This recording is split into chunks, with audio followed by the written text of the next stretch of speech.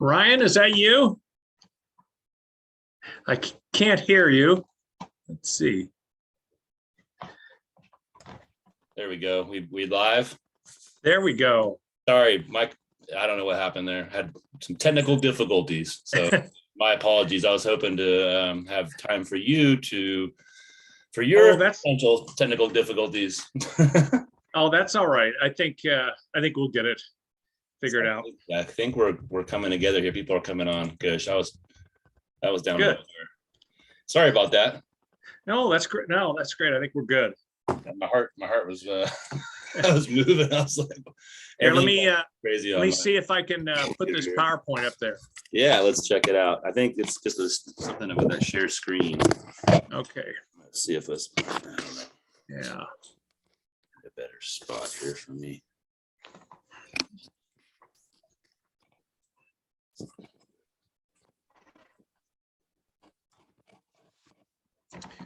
Okay, can you see that? Yeah.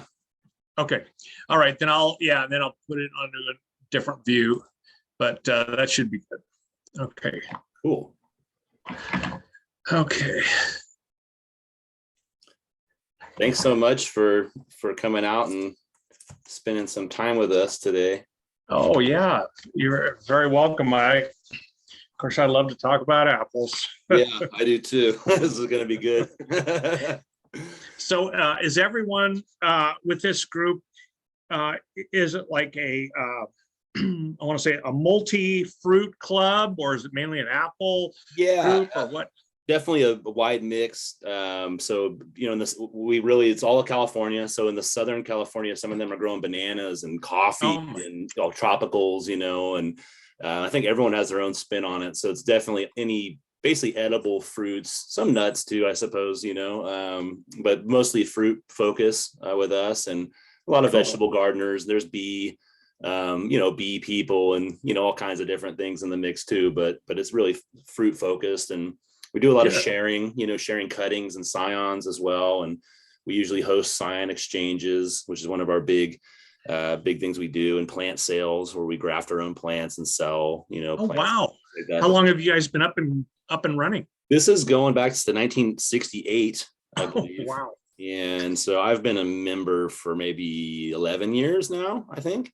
Very cool. Very cool. So yeah, I've been pretty deep in that, and they taught me how to graft, and that's kind of what really turned me on to all this. And, and that's eventually how it led to me finding you, one day and bothering you about trying to get a hold of a Dickinson apple or whatever we started with. I think, did I email you? Have I emailed you lately? Yeah, I just got the equipment, so I'll send that out to you. I think, the treasurer for our club's going to send $100 donation to the Lost Apple Project. Thank you. Yeah, so but I did send you Signwood, right? Yeah, thank you. Yeah, got the ones. Yeah, so we've had a lot of packages, but it seemed like I remembered a package that went out to you. Yeah, so yeah. No, we're good there. So so it's 6 on the button. Let's give us like a minute or two to let a couple people join in. I see some are popping in still, and then we can get rolling. The plan is, so you guys know, David's going to kind of go through a PowerPoint presentation, tell you guys about what he's doing, and then we'll follow that with a little question and answer series with the time allowed afterwards. So should be really fun. I got some questions and I look forward to it. So thank you all for joining us. Appreciate it. It's our first Redwood Empire Zoom talk. So thank you, David, for being our first guest speaker. And yeah, I'm pretty excited. So that's really cool. I'm glad we made it work. Well, while we're waiting, I can tell everybody just a short little story. We're doing DNA testing as we can on apple trees, and one of our committee members has it's 100, definitely a 120, 150-year-old orchard on one of the parcels that he farms near Pullman, Washington, and he has we figure about 60 heritage trees on the side of a butte. And this was all area. This is wheat country, and it's rolling hills. And the homesteaders who would come in here, any place down in a ravine or someplace that was steep that that farm equipment couldn't get to, they would plant trees. So a few buttes in the area have been just really wonderful treasures to open up. Anyway, he had about 60 of these trees and sent in. He decided to do DNA testing on all the trees. Wow. And we just got the results back this morning. No way. And I was, well, I was expecting, I thought, well, you know, Washington State University has over 3,000 varieties that have had their DNA categorized. And so, and most of those trees, they already knew what they were. So in other words, if you came upon a Rome beauty, you send it, and they do it with leaves, and you send in a leaf, it should pop back to you. The results should pop back. That's a Rome beauty. That's pretty common heritage variety.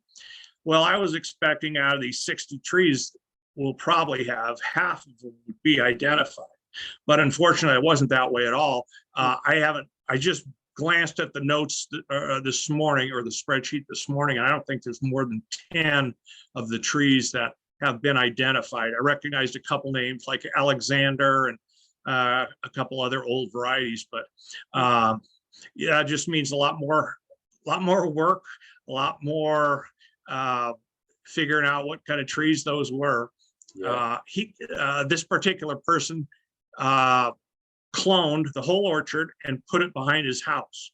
Cool. And last year was really the first year he got quite a few apples. And it's really nice now because we're using apples that have been irrigated, fertilized, had pest control and thinning. And the apples that we got off the trees this fall to send into Sean Shepard and Joni Cooper, our apple identification experts, were just perfect, absolutely perfect. I can remember one apple. It is called number 6, Bald Butte number 6, and it ripened. I picked it on September 6th. Not particularly a beautiful apple. It's kind of a beigey apple with a little blush of pink on it. But it's just a wonderful apple. This tasted wonderful. And unfortunately, I don't think we've figured out what that one is either, but they have just a wonderful old orchard. Amazing. I love it. These are great stories. That's so cool. Yeah, I wonder if some of the ones that are unidentified are seedlings, perhaps, or if they just haven't been ID'd yet, you know? What basically kind of the rule of thumb that we're going by is if it tastes great, it's not a seedling. Yeah. And I think to a tree, every one of these trees tastes great. And we've already found, actually in their orchard, we've already found 2 lost varieties. One is a local apple called Almoda, and the other one, Mialafi. It's a Hungarian apple. And Washington State University is about 5 miles away from this farm. And I've got an article in let's see, one was a history book. Yeah, it was a history book, and described how the professor of agriculture was working with a nurseryman on testing out these Hungarian apples, and listed, a bunch of the Hungarian apples. And then we did some other research. So we kind of knew what we were looking for.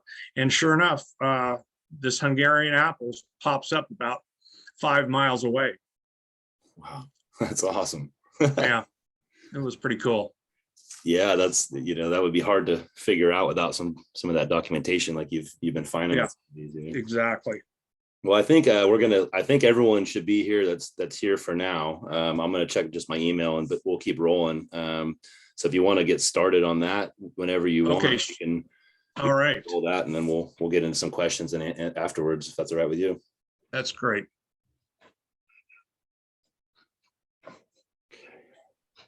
Yeah.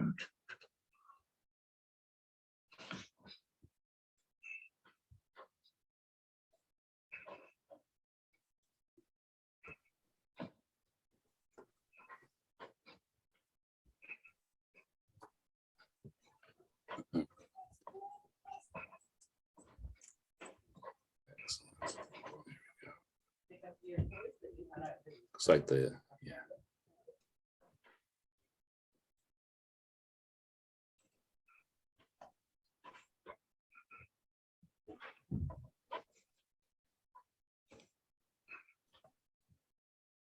Are you opening up the PowerPoint, David?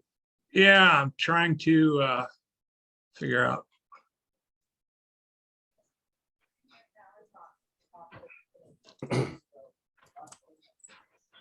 Oops.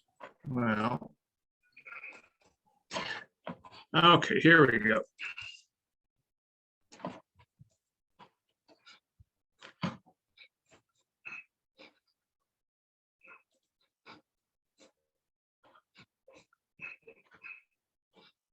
Well,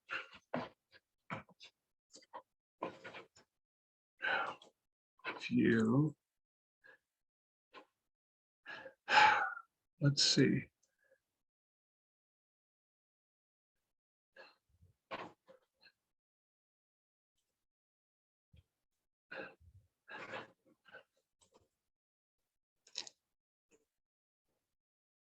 Sorry, No, it's okay. there's a, I'm seeing it. I'm seeing your, I'm seeing it now. This looks like it's starting to do it. At least I saw your scrolling there. okay, let's see if I can get this.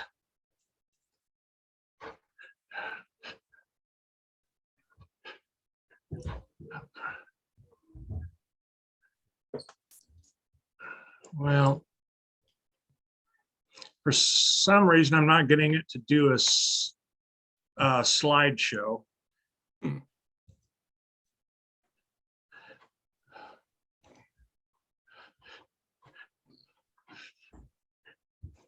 There we go.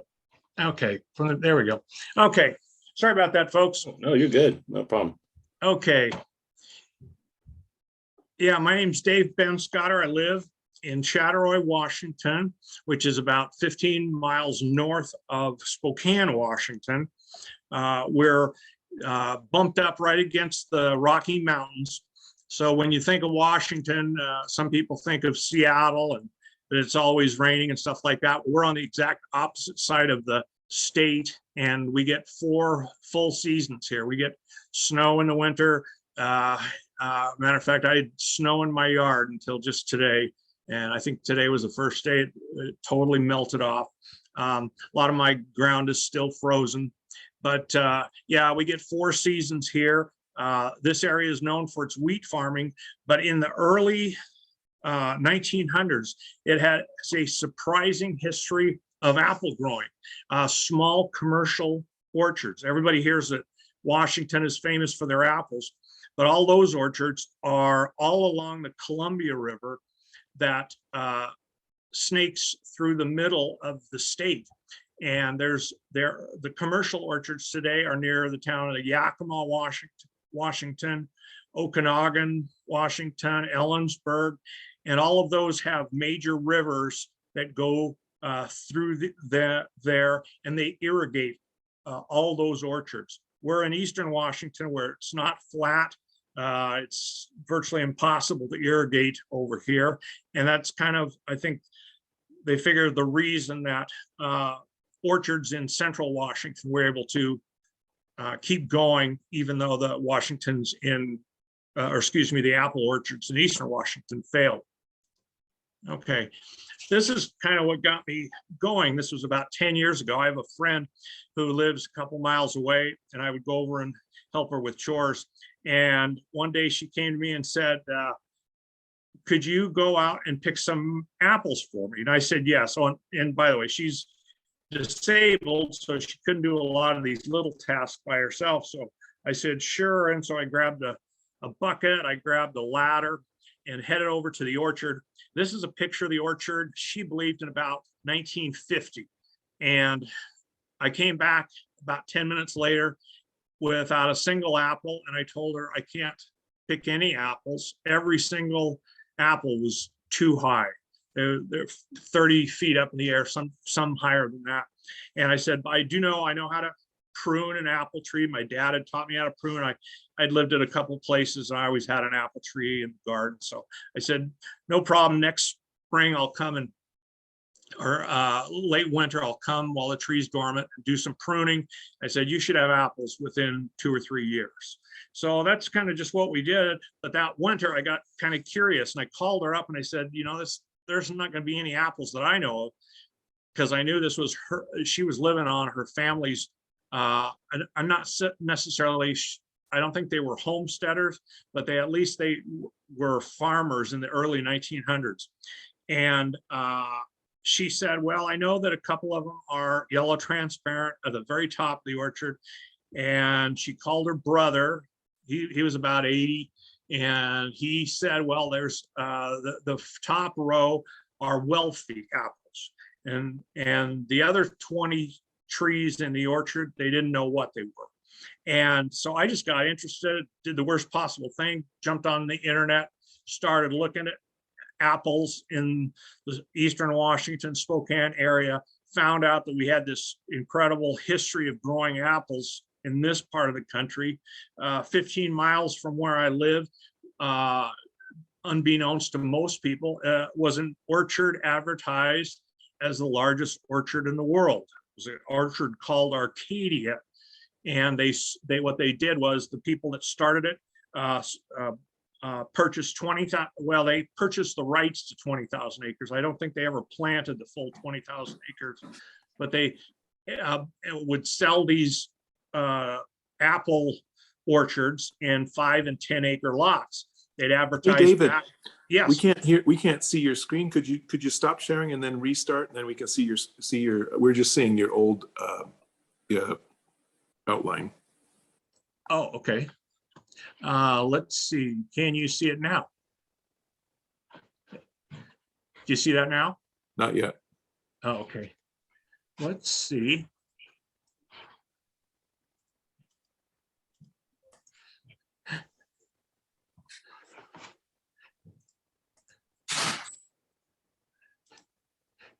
Okay. I'll try it one more way. Okay, let's see. I'm going to share the screen.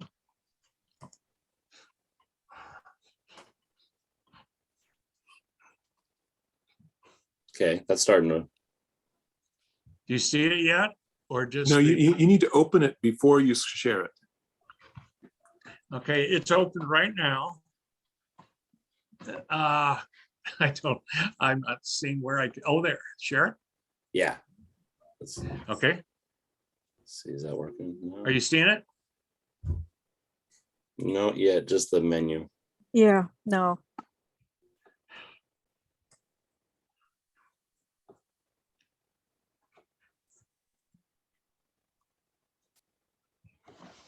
Okay.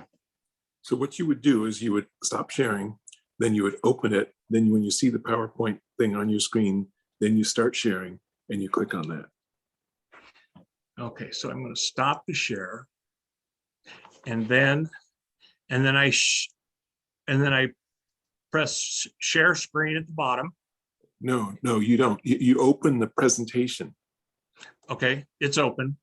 Okay, and so you're seeing your slides. Yeah. And then you hit share, and then you click on the screen that there you go. There we and then go. you want to go full screen, and you know how to do that. That's at the bottom right for Okay. presentation. Let's see. Okay, More to the right, more to the right, a little, 2 more, 1 Right more, there. that one. Okay. Hey, can you see that? Yeah. Yeah, we do. Yeah. Okay. Thank you. All right, great. Thank you. Okay, so anyway, I just got super interested in old apples. I thought it was very cool. And so, and I assume most of you folks know how apples are grown, that they don't, apples don't grow true to their seed. If you take a wheat seed, like we're in the heart of wheat country here, plant a wheat seed, it turns into an exact clone of the wheat plant that you just grew. Apples aren't that way. They got a mother, they got a father, got a jumble of DNA, And so every single seed produces a genetically different apple, and which is one of the challenges of creating new apple varieties. There's a good old apple seeds there. So one of the first things I did was I bought Lee Calhoun's book on old Southern apples. And that was where I first learned that there was such a thing as lost apples. If any of you have read this book, you know that the first half of the book, Lee talks about old Southern apples that are still in existence, had great descriptions of them. And in the second half of the book is totally, it totally has all varieties. It used to be Southern apples. Now, this Southern apples, many of these apples were grown in the north. And a couple of the apples that I came across were, let's see, Nero, I think it was Nero, maybe Shackelford, and let's see, I'm sure there was a couple others that I later became interested in. Okay, so today you can you can see basically the East Coast is where our where the colonies were really, and the colonies were of course the first people to plant apples. And when they arrived, for example, the first pilgrims, they got off the boat, first thing they did was start planting apple seeds. And the reason they did that was because if you recall, the water in Europe was just horrible. And throughout the 1500s, throughout the 1600s, the plague would seem to just go through about every 20 or 30 years. People didn't understand bacteria. They didn't understand all that. All they knew, though, was that you don't drink the water. And of course, say in London, all the sewage went into the river. And if somebody died of the plague, they threw them in the river, plus all their clothing and all their bedding. People didn't, all they knew was that if you drank the water, you got sick. If you drank hard cider, you did not get sick. And as a result, these Europeans just drank a tremendous amount of cider. Cider was used as a kind of currency in many cases. Some people even tithed to the church with cider that they made. Anyway, they brought those customs over here to North America. Of course, we've got some of the most wonderful clear streams, but this was a custom that they were used to. And once again, not knowing, what was causing the disease back in Europe, they quickly built these or planted these orchards, millions and millions of seeds being planted on the East Coast. Some of the fellows who looked for lost apples before me include John Bunker, Carlos Manning, Tom Burford, Lee Calhoun, and Tom Brown. Tom Brown and John Bunker are left. We just lost Lee Calhoun and Tom Burford just before COVID hit in 2020. So anyway, I was getting kind of excited, about all these apples, and then I learned some of them were lost. I was reading, and I wanted some information about a nursery owner down about 70 miles from where I live, and it was actually the county where I was raised, and he had the most popular apple that was ever discovered in Eastern Washington. And I became interested in it. And so I looked up some old newspaper articles online. And one of the articles had a special article about him, but also on the same page, there was an article about the county fair. And so I looked at the county fair article, not knowing what was going on here. And I noticed that, okay, you see this is Colfax Gazette, awards paid for the county fair. The county fair was in September. And if you notice, Fred Huffman here, Fred, boy, he took a lot of stuff to the county fair and got quite a few awards. He got largest apple. And then I noticed, wait a minute, they're given awards for every apple variety at the fair. there's a Mammoth Pippin, there's Jeffries, there's Langford, Jeniton, Walbridge, Gano. And of those, Walbridge and Langford are lost apples. And so as soon as I saw that list, man, I'm back at Lee Calhoun's book, looking through it, seeing it, what varieties. Ended up, I think there were 3 varieties that were lost. And this was the first time I ever realized there were lost varieties growing in, this newspaper was from between 1900 and 1910. So as early or as late as 1910, these apples were in the county. I ended up actually finding where Fred Huffman's homestead was. I was taken to the homestead by his, I don't know, great cousin, who was 77 years old, had a heart transplant 2 years before I met him and died 2 years after I met him. And he showed me this homestead. It was like we stopped on a road and he pointed and he said, "That's the homestead." And it was about a 3/4 of a mile walk up a hill, just out in the middle of nowhere. If he'd never showed me, I never would have known that homestead was there. Anyway, I mentioned to you already about the Pilgrims coming over, making tons of cider. And then now after the Revolutionary War, of course, the United States moved into, if you kind of notice the pink area here, all the way over to the Mississippi River, that was not available to our colonists. England had made treaties with the Indians, and so we weren't really allowed to go into Pennsylvania or Arkansas or Tennessee, places like that. Well, when we won the Revolutionary War, that was off the table. We could go into that part of the country. Then, of course, we acquired the Louisiana Purchase in 1803, and there were some treaties that were signed in the early 1800s. And finally, Lewis and Clark made their expedition 1804.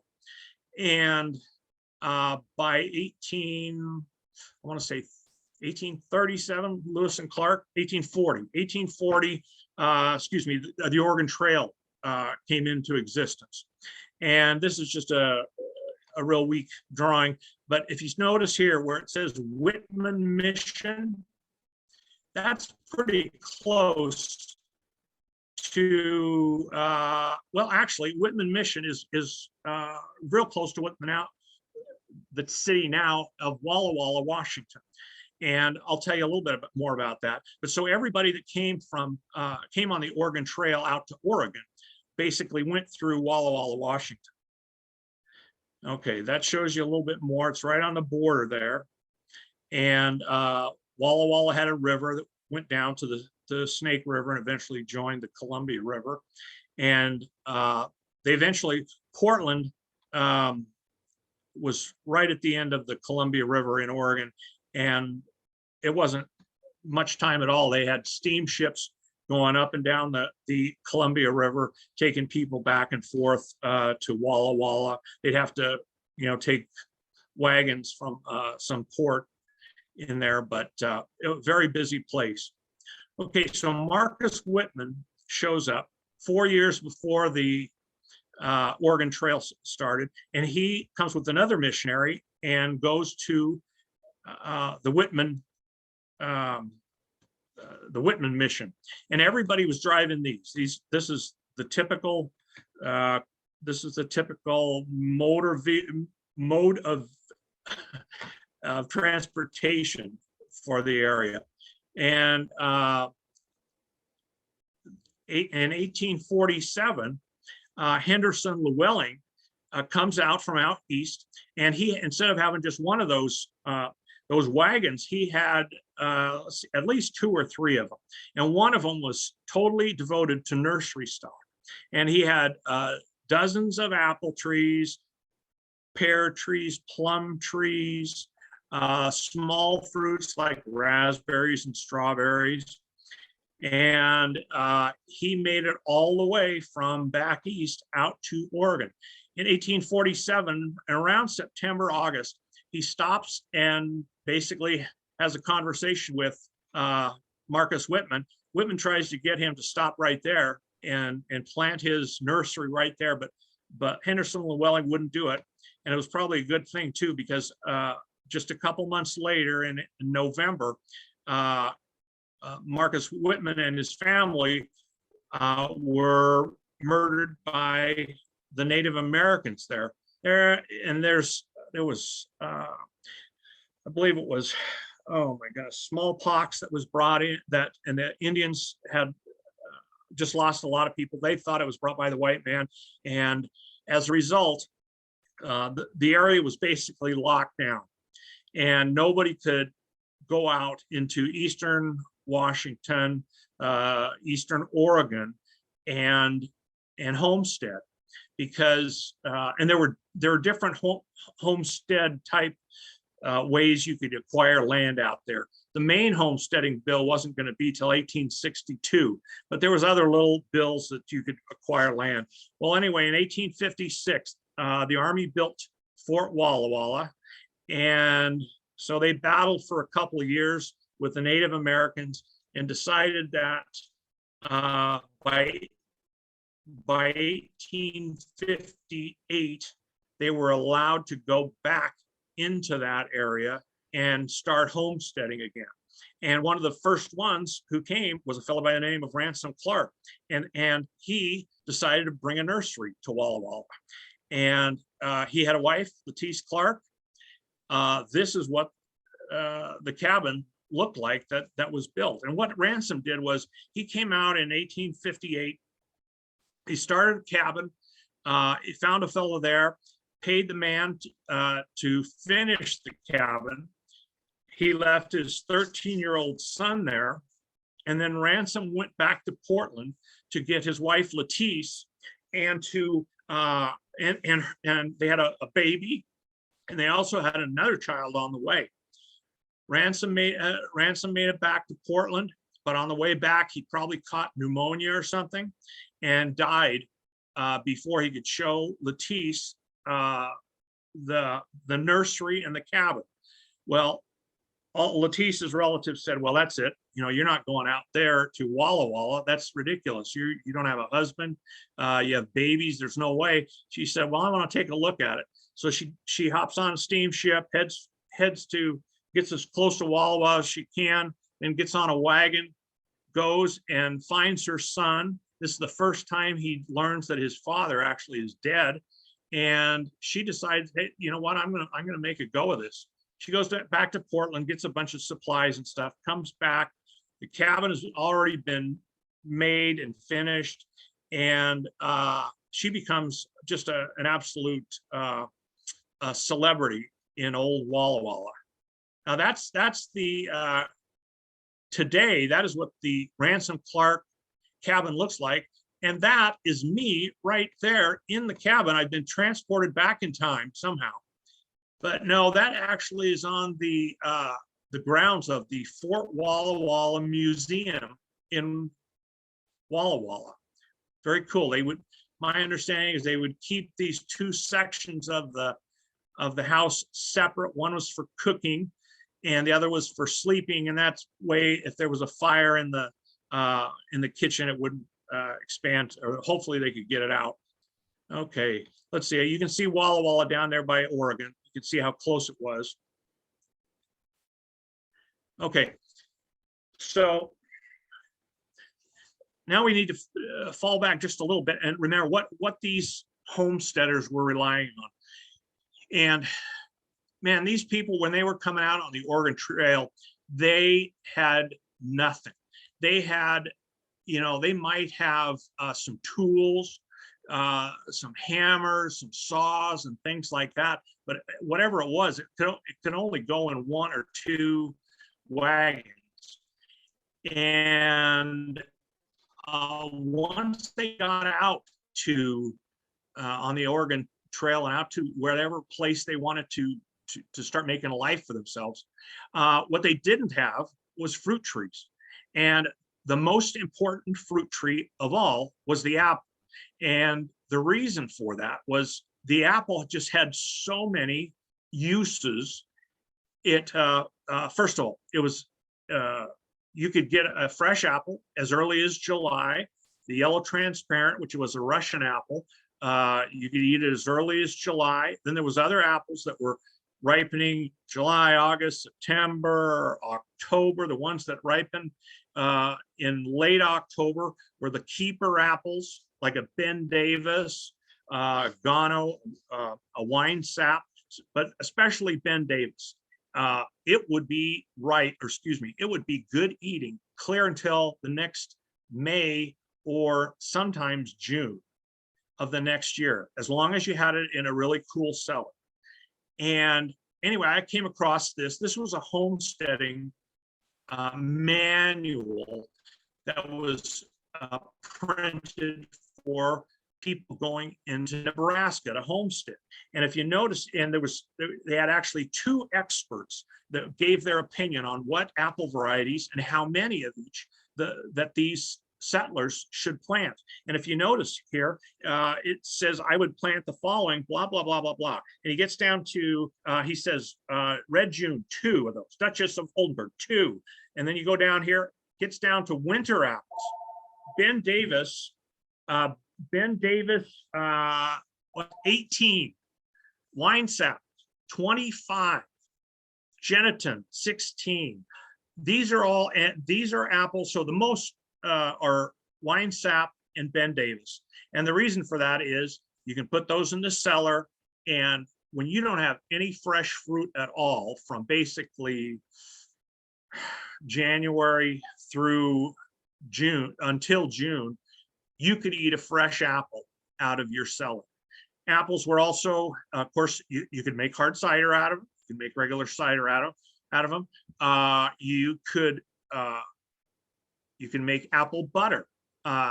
If you don't know what apple butter is, you take the sweetest apples you can find, you put it in a pot, you boil it and boil it and boil it and boil it. And if you get really sweet apples, all those sugars are going to be left after you boil all the water off. And for somebody who's living, basically 100 miles or more from the nearest store, and plus you don't have any money, that's as close as you're going to get to sugar. And they would get this sugary glaze and keep it, and it would be a real treat to put on bread or anything like that. So even bad apples, you could feed to the livestock. And plus apple cider vinegar is good for preserving other foods. So there's just so many ways that apples were important. Okay, this is a picture. This is a picture of pretty much a normal homestead in Whitman County, Washington, which is just one county north of where Walla Walla was. This is actually the county where I'm finding most of, I'm going to be mentioning some nursery catalogs. Most of the nursery catalogs were from this county. And this family, as you can sort of see, I mean, they obviously were they were just dirt poor. They were lucky enough. They had actually a wood barn, and they had a wood house. Oftentimes these homesteaders would come out and they would have to make sod houses. So this was I won't say a palace, but these guys were doing pretty good. And I listed all the different ways you can use apples on the left there. Okay, Philip Ritz. He was the second nurseryman in Walla Walla. Now, while Ransom Clark was the first nurseryman in Walla Walla, his wife, Lettice, actually took over the business. And just a couple of years later, Philip Ritz came in and he made a huge, just absolutely huge nursery probably within about, I don't know, 5 to 8 years. He had over a million trees in his nursery, not necessarily apple trees, but a million trees in his nursery. We're very fortunate to have this 1879 catalog from the Columbia Valley Nursery, which is Ritz's nursery. And it seems like early on, they didn't carry as many varieties. That was 1879. By 1900, by 1900, nurseries are carrying a lot more varieties out here. You can see, and these nurserymen were counted on. So when these people showed up saying Walla Walla, this nursery was in Walla Walla, they'd go to the nurserymen and say basically, hey, what do I need to plant? And they'd say, well, you need to have your let's see, the early, well, he doesn't have the yellow transparent here. Maybe it may have been just a year or two off. Nah, he should have had it. I don't know why he didn't have yellow transparent.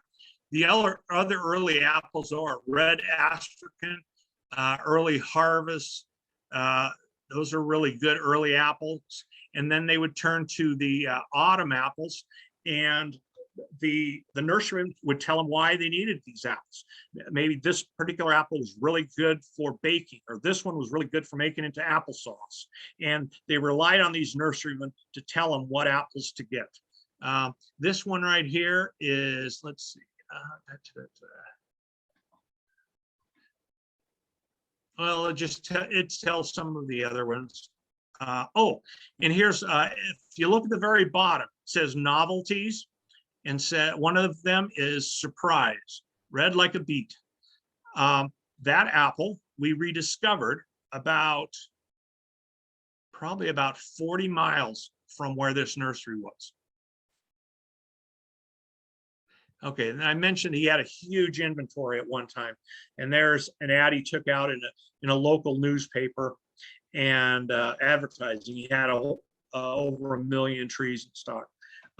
Just to give you an idea of kind of the population in this area, until 1884, there was no train that came as far as Spokane or Walla Walla.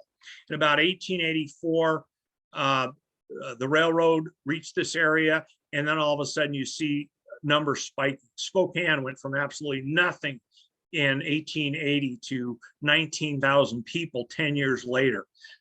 Spokane was a big lumber and mining town.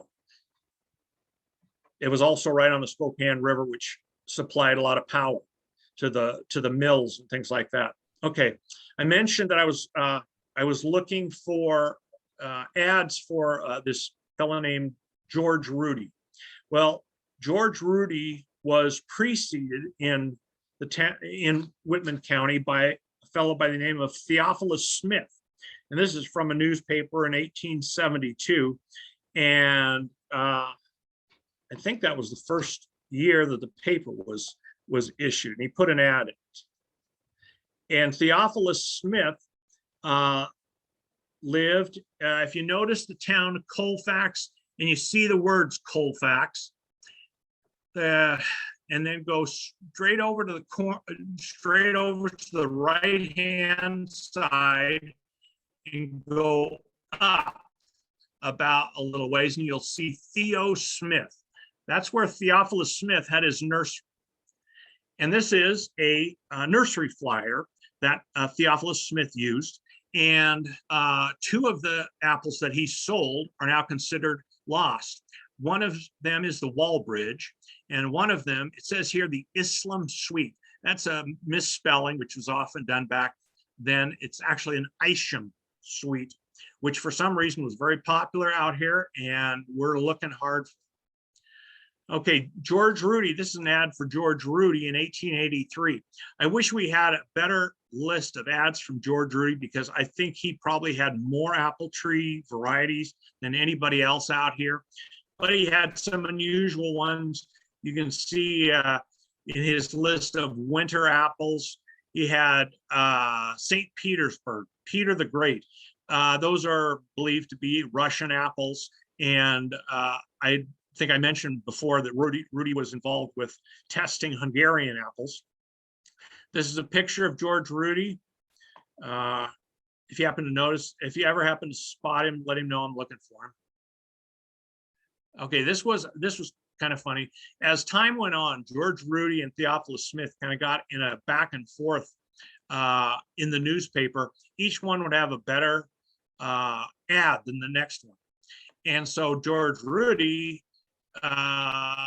decides he's going to go with, oh my goodness, these strawberries and apples and raspberries and everything. Absolutely beautiful, big ad.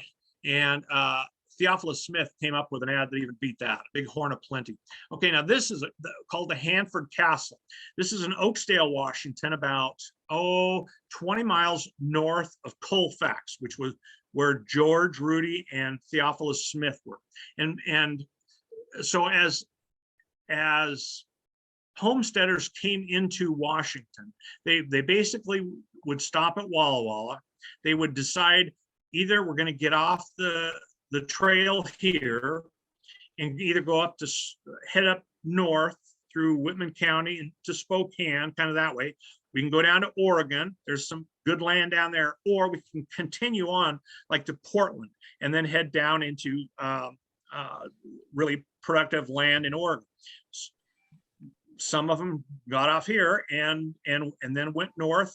Oakdale is before you get to Spokane on the way to from Walla Walla to Spokane.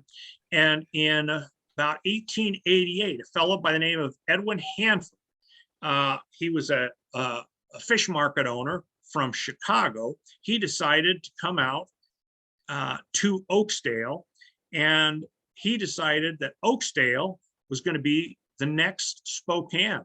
It was going to be that big, and he was wrong. Oakdale basically never grew much, and he has this 8,000 square foot house. It's amazing. You can play. I've actually been in the house. You can play basketball in the attic. There's a servant's stairway through the middle of it. Is just totally awesome. And Edwin, he planted both an orchard and he had a nursery. And this is a flyer given to me by one of his relatives. Everything that is in a little box are lost varieties. That we have Dickinson, which we found, Scarlet Cranberry, Nero. We found Nero. Dickinson and Nero were found about 8 miles away from this nursery. Cornell Fancy, Charlatan, Babbitt, Piles Red Winter, and Iser Spitzenberg. And another thing was, if you notice down, just there's a box kind of in the middle of the page. It says the above list of trees is the choice of 145 different kinds fruited in our 220 acres. So this is a list of about 60 apples, but he says right here that he actually has 145 different apples. And if you notice, just 2 apples above that is an apple called the John apple. Well, what the relative of Edwin Hanford told me was that John apple was named after Edwin Hanford's youngest son, John. And it says it resembles Gold Duchess of Oldenburg, but keeps all winter. We've been looking for that apple. Okay, this is a stereoscope showing Edwin Hanford out inspecting his seedling trees. And what is really cool is his relative gave me a book, kind of a receipt book, and also a book of letters. And I found out what he was using and how he was planting his apple trees. He would, you see that little hopper just behind the wheel of this machine. He would pour apple seeds into that. And that was called the Planet Junior some hill planter or something like that. And that thing could be adjusted so that, let's say you wanted to plant 4 apple seeds every 16 inches.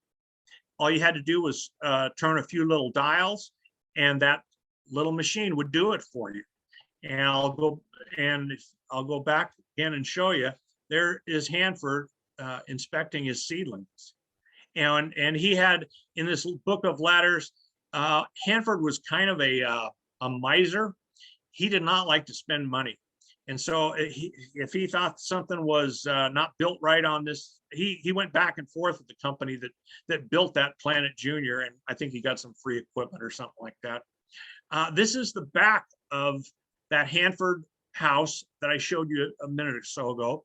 And it, on the back side of the house, we have really hilly country around here, not necessarily sloping hills or anything like this. Once in a while, you'll find a hill that's really steep. And this is the way it is right behind the Hanford house. It was too steep to farm. So what they did was they planted pine trees and fruit trees back there. And there's still some apple trees, pear trees, and plum trees from probably back in the 1890s. One of them we're still looking at is possible lost variety. This is the one we're really searched really hard for, Walbridge. We hope to find it. Now in I think it was 2014, I hadn't found any lost varieties. I hadn't even really tried actually. And I was really interested in that Walbridge though, because the Walbridge was entered in the county fair by more people than anybody else, or at least more people, entered by more people of all the lost apples that I knew were growing in the county.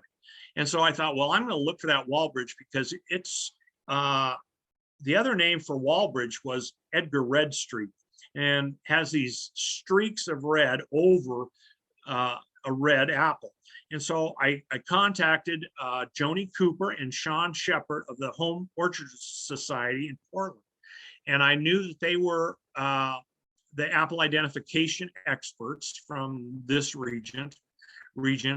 And I asked them, I said, you know, I want to kind of look for this apple, and can I send you a few bags? And they told me what they needed and how many they needed and everything. And so I went out in the fall of 2014, and I would look, and I'd see old apple trees. I'd stop, knock on a door, and ask people if I could go pick their apples. They always said yes. And I think I picked 3 or 4 bags of apples that I thought looked just like the Walbridge, and had them ready to go, ready to be mailed out. I was driving along on a road in Colfax, and I came across this water plant, and it was a water pumping station. And the apples on that water pumping station looked really screwy to me. I thought, I'd never seen, that's an apple with corners. And I thought, that's really weird. So I picked some of those apples, and then I called Sean and Joni. I said, you know, I found this other apple that I thought was really weird looking, and can you give it a look for me too? And they said, yeah, sure. So a couple of weeks went by, maybe more, and they came back and they said, well, first of all, those apples that you thought were the Walbridge, none of them were the Walbridge. But they said that other one was a fall genetic. And I said, well, what's a fall genetic? You didn't know. And so I started looking in apple books. I started looking in lists of apple trees and apple scion woods sold all around the country. I went to as many places as I could. Finally, I thought and plus the Home Orchard Society did not have that apple, and they had apple access to the Nick Botner orchard. I don't know if you know about Nick Botner, but Nick had the largest collection, privately owned collection of apple trees in North America, and he's just hop, skip, and a jump from where Joni and Sean did their work. So I knew the largest orchard in America didn't have it. I thought, well, I think it's a lost apple. I thought, I'm going to tap one more person. And I got on the phone and I contacted John Bunker. I remember he was in Maine, and he's still active looking for apples. I called John and I said, hey, John, have you ever found a fall geneting? And he said, yeah, just last year. So I missed by 1 year, but I got really excited because I thought, you know what, I think this can be done. I think we can find lost apples here if we got that close. Anyway, I want to show you a picture. This is a big building up there. That's the Colfax College, and the fall geneting I found was right behind that school. And the school burned down many years ago, but the teacher, one of the teachers or professors, was FN English, and just so happened that he turned in apples to the Colfax County Fair. And the other thing was that Theophilus Smith, who owned the first Colfax nursery, he was one of the people who started the Colfax College. Anyway, this is just I grafted the fall geniting onto one of my trees, and I'm now gathering sign. Anytime somebody asks me for sign-wood, I basically don't have to go to Colfax anymore. I just get it off my own tree.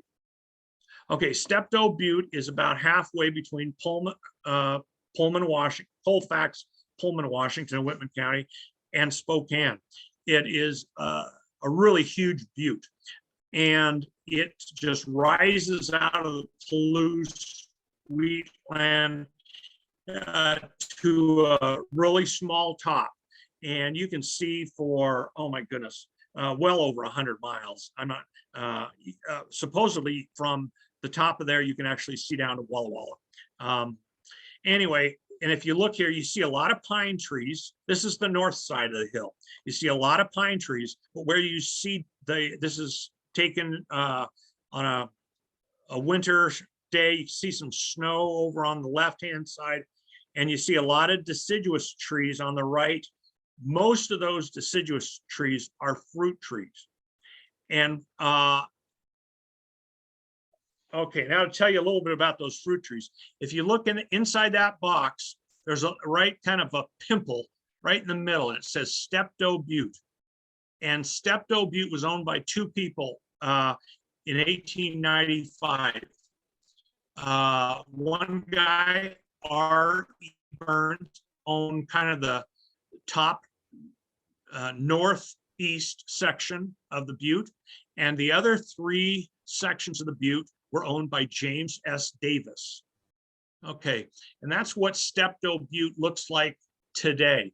You notice there's the summit. You'll also notice there's a if you kind of follow the summit, you can see how the road to the summit swirls and goes around and then down the hill, and finally where the R. Burns homestead, if that was a butte, right where the toe is, that's kind of a picnic area today.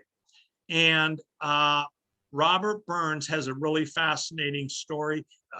It's amazing. I looked on findagrave.com, and Robert Burns' history was on findagrave.com. It was put on by a relative.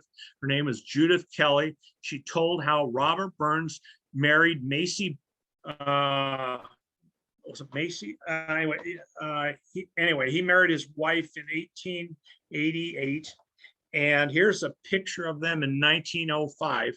In 1888, Robert, who I don't think weighed 130 pounds and probably was never destined to be a farmer, but Macy Hume, let me go back one here. He married Macy Hume, and Macy Hume, her dad lived, if you go to where the Robert Burns homestead is and go south about a mile, you'll run into Mr. Hume's farm. So I think what happened was Mr. Hume said, Robert, you can marry my daughter, but you're going to farm this land that's just a mile from my house. And this is pretty terrible land. You know, it was 1888, all the good land had been taken. Even back in Robert Burns' day, I think there was probably, you see all these pine trees, these green pine trees. And there was a big ravine that went down kind of the middle of that. This was not great farming land. He had to remove a tremendous amount of pine trees and pine tree stumps. Not good at all. Yet, you know, I probably for love, Robert decided, okay, I'll do it. And I'm sure he just a lot of work. And he started having, both of them started having kids right away. They ended up having, I think, 11 kids, something like that. So they started in 1888. Unfortunately, by 1893, there was a catastrophe in that part of the county. And it's well documented in newspapers of the time and some other things like that. What happened was in fall of 1893, the rains came in and farmers were unable to get their wheat in that fall. And they were just sopping wet and just remained in the field. Well, that's basically all Robert's income for the year. So he had no money to clothe or feed his family. That was it, no income for the year. So he evidently got a loan, and for a minimum of $1,000. And Judith Kelly tells how he decided he was going to branch out. He wasn't going to be so singularly focused on wheat in the future. He was going to he's going to plant fruit trees. And that was a pretty smart idea, really, because within, I think, probably about 6 miles of where Robert lived was the biggest prune dryer in the world, supposedly. And so that made sense. So he bought prunes, he bought peaches, he bought plums, he brought pears, and most of all, apples. And Robert planted those probably starting in 1894. But, of course, he's planting standard rootstock. These trees don't produce right away. And this document here, Robert lost the farm in 1899. And this is a contract. Basically, he signed over the farm for $1, and the fellow who bought the farm had to pay a $1,000 note to another fellow. And Robert went to a town very close by and became a merchant. Okay, showing that picture of the butte again. And remember, James S. Davis owned 3/4 of the butte. Oh, and by the way, Robert Burns, we found 3 apples, the Dickinson, the Nero, and the McAfee, all on Robert Burns' property. And let's see, and on the James Davis property, his orchards were kind of on the south and southwest side of Steptoe Butte. And so far we found the Arkansas Beauty on his land. Okay, there's a drawing of the James S. Davis Steptoe Station. This was for the stagecoaches, and they would come up from Walla Walla heading to Spokane, or at least that general direction. Spokane really wasn't much by 1875, but they would come, and Cash Up Davis, as he was called, he had a general store, he had the stagecoach station, he had a bar, he had a dance hall. I think he had rooms to rent too. So he was quite a businessman. Well, after the trains came in, all the stagecoaches went out of business. So there was no longer basically any people going by his store and bar and dance hall. If they wanted to go north, they were hopping on a train. And so Cashup had always had this dream of building a hotel on top of Steptoe Butte. And in 1888, he succeeded. This is right after the hotel was built, and it was absolutely fantastic. Oh, back here, it's absolutely fantastic. For the first year, it was crowded. People went up there and drank liquor and danced and had a wonderful time. They had hotel rooms, and then nobody wanted to go up there. And the reason was it was just too dangerous and too far away from everything. I mean, the last thing you really want to do to go to a bar is to go up a really skinny road in a wagon, and at any moment you could plunge to your death after you've been drinking. So basically nobody just went there after a year. And okay, but Cashup was well known in the area. I remember our old friend Theophilus Smith down in Colfax. Well, this is a funny ad I found in that newspaper. And I'll just read it for you here. So this is Theophilus talking. He says, the only collection of hardy trees that have proven in the Palouse country, Cashup Davis, ever ready to show you wonders from Steptoe Butte, says, My trees are the only one he has had that were worth a blank, blank, blank. The rest have become black-hearted. I don't think many people would put that ad in the newspaper today, but for some reason they did then, and I thought it was pretty funny. Okay, that's Cashup Davis. Cashup had 7 sons, 3 daughters, 20 grandchildren. He was born in 1815, didn't get out to Whitman County until about 1855, something like that, 1855, 60. So he was not a young man when he came out, and he brought almost all of his, I think he brought all of his sons and a couple of his daughters, plus the grandchildren. I believe the orchards on Steptoe Butte were actually probably planted by his children. I don't think Cashup ever put a spade in the soil for planting those trees, but he had lots of family help. And there are today probably about 250 apple trees on the south side of Steptoe Butte that would have been planted, I believe, by Cashup Davis. Here's the Nero we found in 2014. There's part of our apple project. We're making little baby apple trees there. There's hopefully everybody knows about the watercolors that the USDA has. All you need to do is go on the USDA site. It's the pomological watercolor site. They've got over 3,000 watercolor paintings in high definition, and anybody can download those pictures. Here's the Dickinson we found in 2016, Arkansas Beauty in 16. Okay, came across, this is one of the wonders of the web. So I'm looking in 2014, 2015, I'm looking through the web, doing research on this, and all of a sudden this thing pops up in front of me, and I'm doing the same kind of search.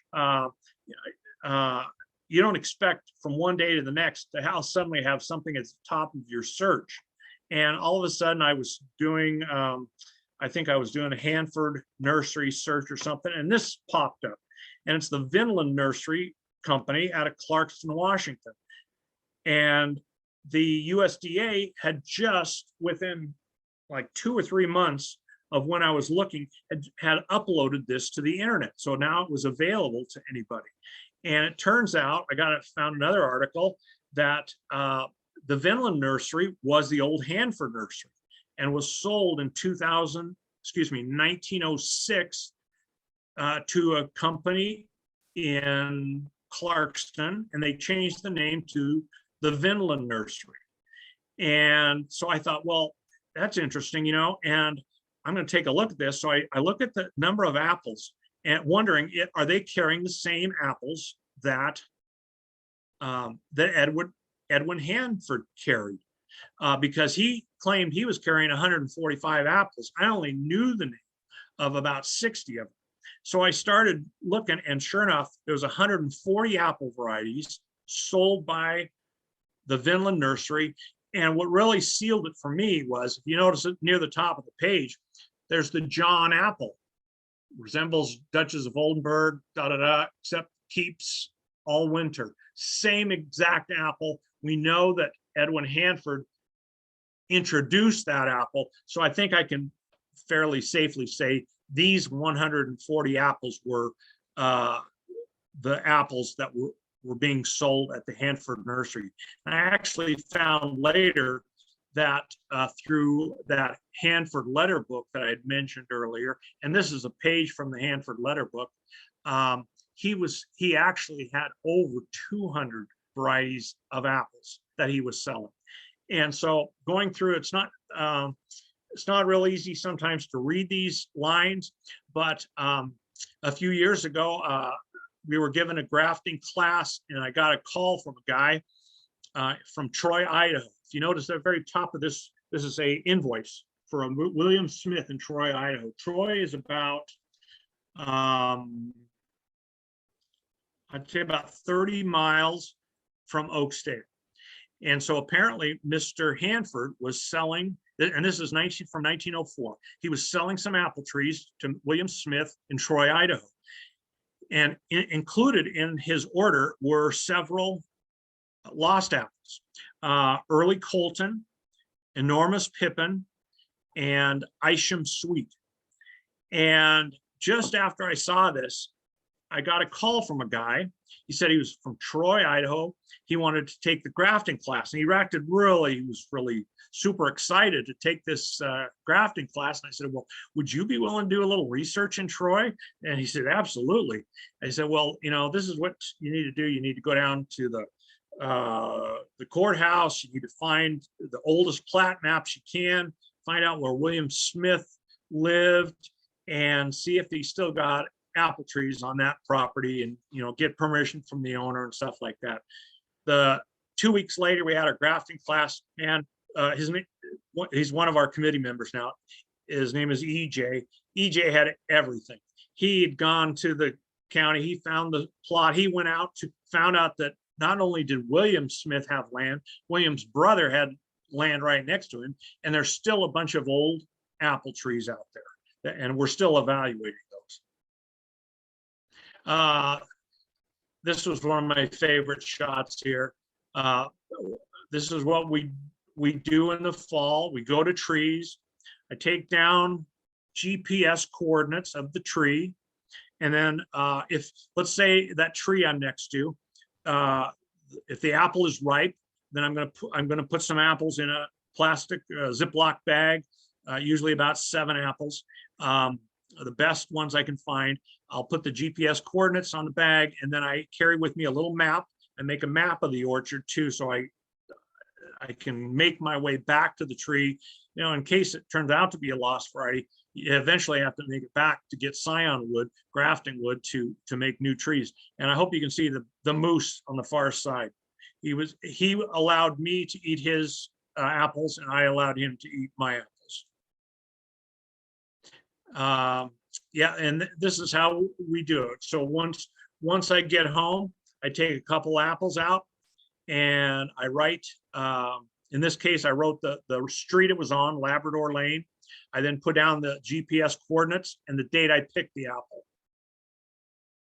And that's how we keep track. This apple would end up being something like LL for Labrador Lane, and then it would be 185-910. And that's how we keep track of the apples that we're picking. Okay, there's Sean. He's one of our apple experts, and testing Hungarian apple, the Mialafi. We found the Shackelford. Shackelford it's a great apple. People ask me, could any of these apples ever, compete today? And I say, yeah, I think probably 2 of them could compete in today's world. One of them would be the Shackelford. It's a nice, large apple, pretty red, just a nice, pretty color, and tastes great. It's got a, great sweet, tart taste, really excellent. And then the other one would be Gold Ridge, and that's a medium apple, medium to maybe large, but just a wonderful apple. McAfee's, that was a McAfee. Ewalt, I posted on our Facebook page this last winter that last year we had a really late frost, and I've got almost all these apples on my trees, and they're starting to produce fruit. Last year, this late frost just totally did my orchard, and I probably lost about 97% of the blossoms. I had one branch of Ewalt, and every Ewalt apple made it through the spring and through the frost, and I harvested every one of those apples. It's a nice apple. Kittigeski, a small apple, just wonderful though.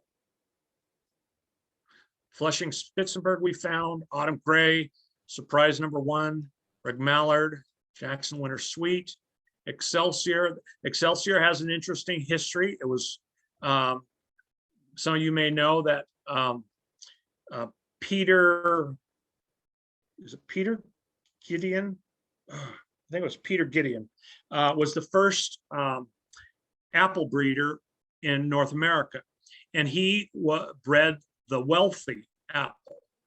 And the reason he even tried to breed that was because nobody was in Minnesota could grow apples. Their trees kept dying because of the severe winter. And Peter found out that he was able to breed the wealthy apple. To this day, it's just a wonderful, wonderful apple, fall apple. And the Excelsior was one of the other bred apples. Didn't become as popular as the wealthy, but we have links to it being in this part of the country. Seri Sinap is amazing. It's a Turkish apple, and this was so crazy because Joni Cooper, Sean Shepard are just absolutely amazing apple identification experts. And I have come to trust them because they are so amazing. But back in about, I want to say 2019, maybe, I get an email from EJ, and EJ says a farmer near him had given him some apples, and that he wanted to see if he could identify. And I was thinking, apples, it's August. And I could not, yeah, great, send them in. And he said, yeah, they're a wonderful apple. Well, being in August, Joni and Sean didn't have much to do. And so we got a reply right back from them. And they say, oh yeah, we know what that is. It's the Seri Sinap. And again, I was like, okay, what's a Seri Sinap? I start looking it up. It's a Turkish apple. Okay, so I'm thinking, okay, Joni and Sean are fantastic, but what are they thinking? This is a Turkish apple. And it's Troy, Idaho, which is like out in the boonies of nowhere. Probably not 2 weeks later, I get a call from Washington State University, which is 20 miles from Troy, Idaho. And they say, hey, we just found some old 1904 records and about the orchard that were here. And we think there were maybe like 500 apples growing at WSU, different varieties. Would you like to look at it? And I said, yeah, you bet. I go there and I look, and what do you know? I see there on the pages of Washington State University was growing the Seri Sinap in 1904. It just floored me. It showed how, first of all, it showed how good that Joni and Sean were, that they can identify an apple like that. Okay. Street Pippin is another one we found near Waitsburg, kind of near Walla Walla. Mialafi, that was near Pullman. Clarabelle was that was kind of in the just south of Moscow, Idaho, pretty close to Pullman. Coleman, that was close to Troy, Idaho. This was Fink from southern Idaho.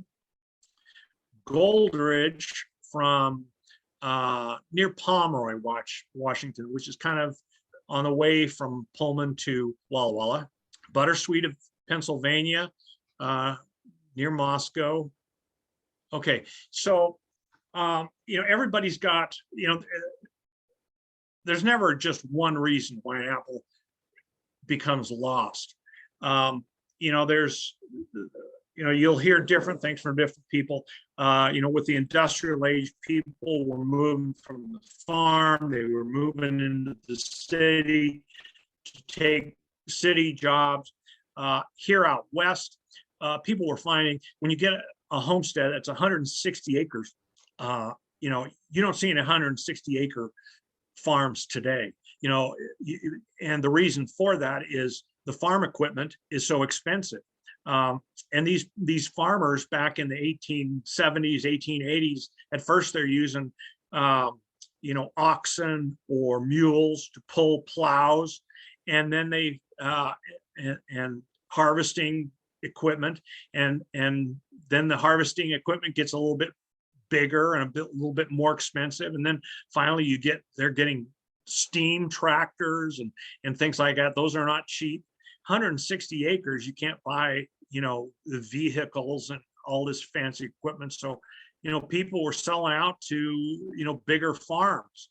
And even today, I mean, a combine today costs $750,000.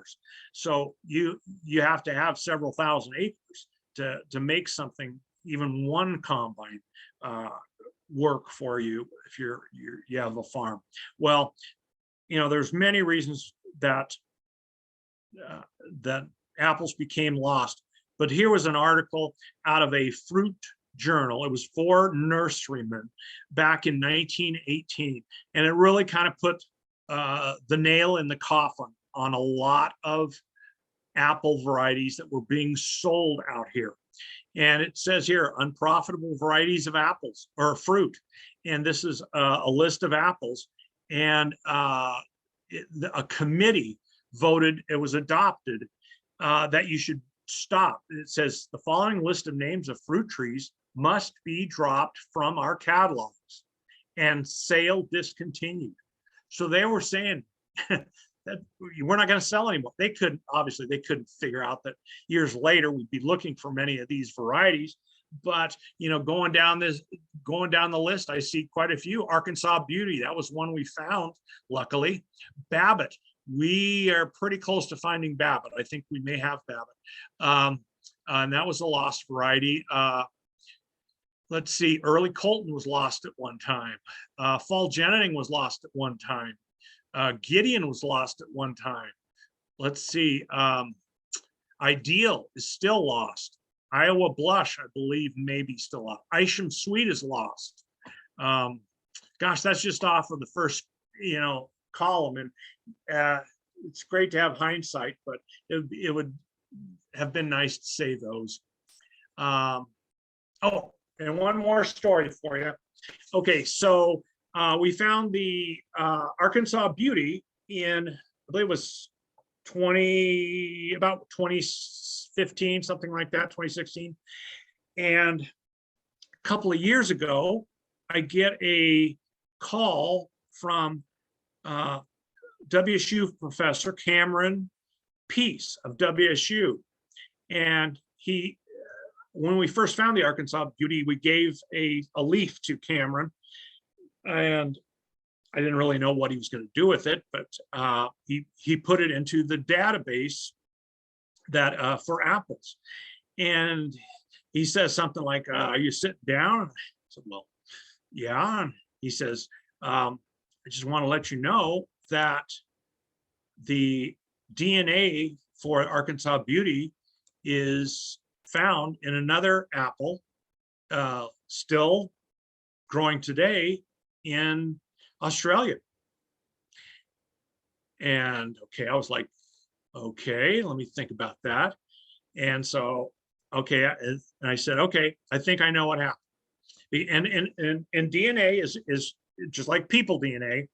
You don't have an identical twin anywhere in the world, with the exact same DNA. Well, I said, this is what I believe happened. In 1886, the Arkansas Beauty was discovered in Arkansas, came west. We know, I have even a watercolor painting from an apple that was sent from a town near Walla Walla, clear to wherever these USDA watercolor painters were, in about 1900, something like that. So we know it started in America. And I said, at the last half of the 1800s, early 1900s, Australia was populating, and they were bringing in apples, just like we imported the Arkansas Beauty and other Eastern apples. Australia was bringing in produce too, and getting their apple orchards going. And what happened apparently was the Arkansas Beauty made its way over to Australia, and just like in America, people didn't really hang on to it, and one apple tree remained along a fence line. And in I want to say about around 1930 or something like that, an orchard grower in Australia came across this tree on the fence line, and thought it was a seedling. And he slapped a name on it, said, "This is the Red Granny Smith." I guess it was 1945. Said, "That's the red, we'll call it the Red Granny Smith." And it wasn't. And because the Arkansas Beauty started in 1886. But it's interesting. I mean, and that's just some of the stuff you can do, find out, with have DNA too. So anyway, there's a little bit of information about the Lost Apple Project. And I'm accepting questions if anybody has any.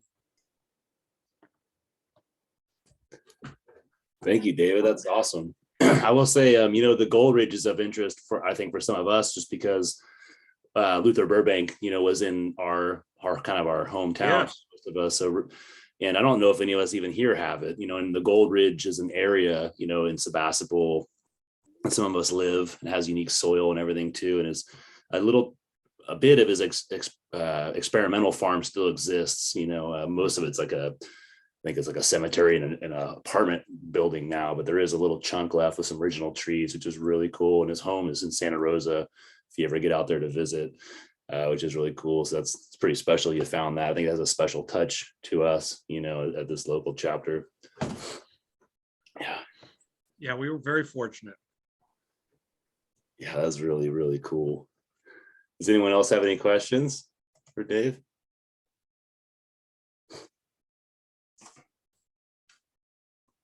So you got a few that you're hoping to get a name on here, Dave? You got a couple you're close with, you're saying? Yeah, let's see.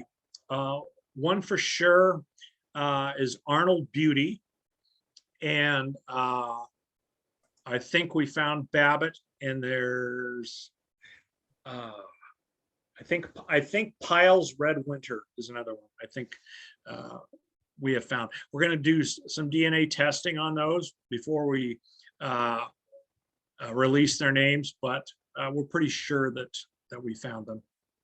That's really exciting. Yeah. And you know what? It's amazing how we never run out of apples. Every year we get more and more leads. And just last year, I learned of an orchard with about 15 apple trees down by Yakima, Washington, planted by a mission. And usually I go to these trees, and they're really dry land, and it's haven't been pruned in years. These trees were 150 years old and have been maintained absolutely wonderfully, and still producing a lot of wonderful apples. We think we know most of them, but there's at least one or two, unusual ones that we need to figure out. But I just love these old homestead orchards. Yeah, it's obviously near and dear to my heart. I bought one basically up in Siskiyou, and we have about something like 12 to 15 trees alive from this era. The original trees were 99% purchased by from Henderson Llewellyn from my property as well. And and Joni and Sean have ID'd all my trees as well, and some of them are thought lost, and Flushing Spitzenberg supposedly is on my, and you found one, and I have two of them on my property, if it's the same one, right? Cool. So it's gonna be exciting to do some DNA tests this spring. Dr. Peace is going to help me with that too. So there's some seedling property as well, which will be fun to see what the mom and dad are as well. So I'm really kind of geeking out on it pretty big. This cool, Does anyone else have any questions for Dave? Please feel free to jump in. Hey there. This is John Valenzuela. I tapped a couple of things into the chat there, but I can add them live here. Are there identification protocols that you've come across that are worthy of us researching and practicing ourselves, in addition to your local expertise you might have, like your friends Joni up there? What I would recommend is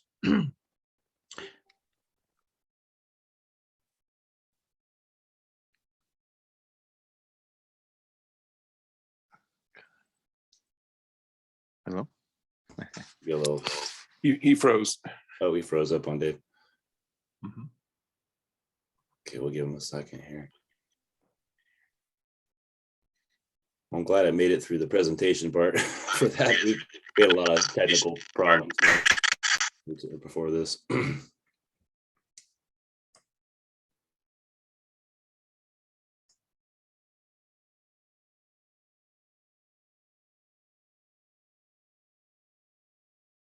Well, I'll take this time while Dave's hopefully getting unfrozen to thank everybody for spending time doing this here. And he might be rejoining, it looks like. So we'll give him a minute there. Very, very cool. There he is. He's back. He's got to unmute though, Dave. There we go. Awesome. Thank you. Is that good? Yeah. Okay, you bet. Yeah, welcome back. Thanks. Okay. I can tell you kind of the process that we have. And the scariest part of looking for old apples is that this is not going to last forever. And right now, as I mentioned before, just in 2020, we lost Tom Burford, Lee Calhoun, Carlos Manning is no longer active. John Bunker and Tom Brown are two apple identification experts still active back east. And here on the West Coast, we've got Joni, Sean, and I'm going to think of her name in just a second, but we've got three out here, and that's it. And nobody is like spring chicken. I cannot identify anything. It's just a task that I haven't really even attempted. I know a few apples by sight, but it takes a lot of work, and it also takes you kind of have to be a journeyman to do it. For example, with Sean and Joni, there was a fellow who was with the Home Orchard Society for years, and he was their expert. And people would bring him apples. They would bring out books, set them on tables at every county fair, fruit festival, state fair, any excuse to get together in the fall. Joni and Sean and this fellow would show up, and people knew about them and would bring the apples every year. Well, COVID stopped that, but there's just no young people that are coming up and learning this skill. We're great with DNA. DNA is wonderful as long as we know an apple of that variety has already been put into the system. However, if we lose all of our apple identification experts, every apple that comes back as unknown is going to stay unknown unless somebody is able to identify it. And it's just, and plus, we're dealing with old trees too. Last year, you guys probably had it too, the horrible drought. We had our last rain in March until I think it was late August, which was the entire growing season. We didn't have any rain at all. And trees were producing fruit the size of your thumbnail.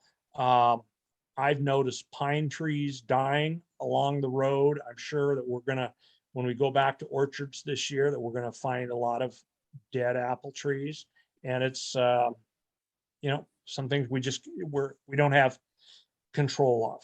So the more apples we can find while we still have, a good team, DNA, apple identification experts and people on the ground looking for these trees, that's the best we can do. How many more are you seeking in your area and in the Idaho part of the project? I've got a list of about 25, 30 apples that specifically I'm seeking. And these are apples that have been identified in nursery catalogs as being sold out here. And so we know they're in the air, or we know they were sold in the area. One of the ones that I'm losing a little faith in is the wall bridge. And I think it was the apples of Maine. It was an old book. And John Bunker sent me a copy of it. I think I found in that book a passage where it said the wall bridge could not be counted on in Upper Maine because it wasn't hardy enough. And unfortunately, here where we live, I lived here most of my life. I can remember one winter getting down to -20. So, over the past 140 years, I'm sure there've been even colder winters than that. But shoot, some of these are supposedly old Southern apples, and many of them, like the Nero, the Shackelford, those apples we're finding, here way up north, and we're hardy enough to take on the climate. It's amazing. So the apples you're finding, are they listed in the document, the illustrated history of apples in the US and Canada? It's that 6-volume document. Yes, every one of them is in that set of books. Okay. Hey, I had a comment, if that's all right. Yes. David, this is George. I'm from the Santa Clara chapter, and I really enjoyed your presentation and applaud all your efforts. I just wanted to tell everybody about one of my favorite books I've read in the last year. It's called Fruit from the Sands, The Silk Road Origins of the Foods We Eat. So it goes beyond apples, but it talks about the Central Asian origins of apples, as well as all of these other fruits and grains. It's just fascinating, and I'm anxious to go on a Silk Roads trip when it's safe to go there. The author's name is Robert Spengler. So can you write it up, the name in the chat, so we can copy it? I'm on my iPad. Let me try to do that.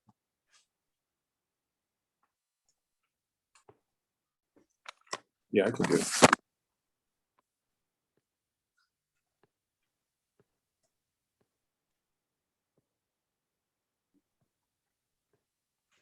I can't. Well, don't wait for me. I'll just keep working on it. Dave, was surprise a lost apple, or was that just discovered? Yeah, it was a lost apple, but it wasn't until just in the last year that I realized there was any documentation of it growing here. And that was from that catalog, and that catalog, I'm in contact with not only Cameron Peace, who does DNA at WSU. I have contact with their orchard manager, and I have contact with their in their library where they've got historical documents. And one of the fellows in historical documents emails me and says, "Hey, did you know we had this catalog and from the Ritz Nursery?" And so I asked him to, send me a PDF file of it, and I get it and, scroll down, and there is surprise. And that was the first time I had a record, and I like to have record of every variety. We haven't got it done yet, but it's nice to have that documentation. The apples grown in this area, and most of our apples are that way. Yeah, I mean, like with the Turkish one, I mean, that had to have been, or else it would have never made sense, right? So that's really cool. I'm really kind of fascinated with the Albert Eder, the apple breeder from the 1930s era, who I believe, if I read that right, was using surprise to get his red flesh and his pink fleshed apples, crossing surprise with their other ones. So that's pretty cool. Really enjoying that. That I've not been able to figure that one out yet. Whether he was using, because there's surprise number one, and then there's another surprise apple, and I hope you're smarter than me, because I haven't been able to figure out which ones he used yet. Yeah, I'm not sure. There's definitely some people still kind of researching what's left out there, which is cool. And it's pretty neat. kind of got that red flesh bug lately with the apples too. So collected some of those. Yeah. There any questions from anybody else? We're kind of getting to our time here. We don't want to keep Dave forever, but anyone there? You guys good? Okay. So when are you expecting the last frost here, Dave? Like May for you guys normally up there? Hopefully not after May 1st. Yeah. That would be ideal. So we're still getting pretty much nightly frost here right now.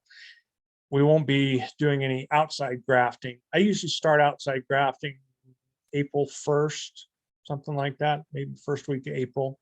And so we'll see. Hopefully it'll continue and we'll have good weather here. Yeah. Late frost has been a real challenge for me too the last few years as well. Kind of that Ewalt variety is definitely one I'm going to pay extra attention to, because I think ultimately, you know, where I'm at, I'm going to have to focus on late bloomers if I want annual production, you know, so that's really cool. Yeah, I love it. Well, thank you, Dave, so much for your time. Thank you. If anyone else has a last question, last chance to dance. Otherwise, we'll let Dave go and have his supper and all that good stuff. So thank you all. I appreciate it. Thank you, David. I'll talk to you soon, and have a great night, everybody. Hopefully we'll do more of these in the future. And thanks again. And please support the Lost Apple Project. They're a nonprofit. They do take donations if anyone wants to help with that as well.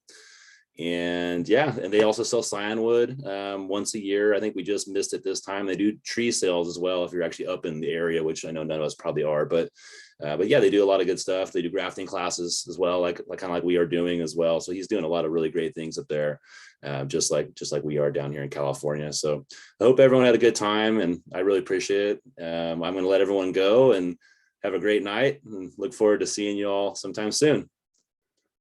Thank you all. I'm going to post out.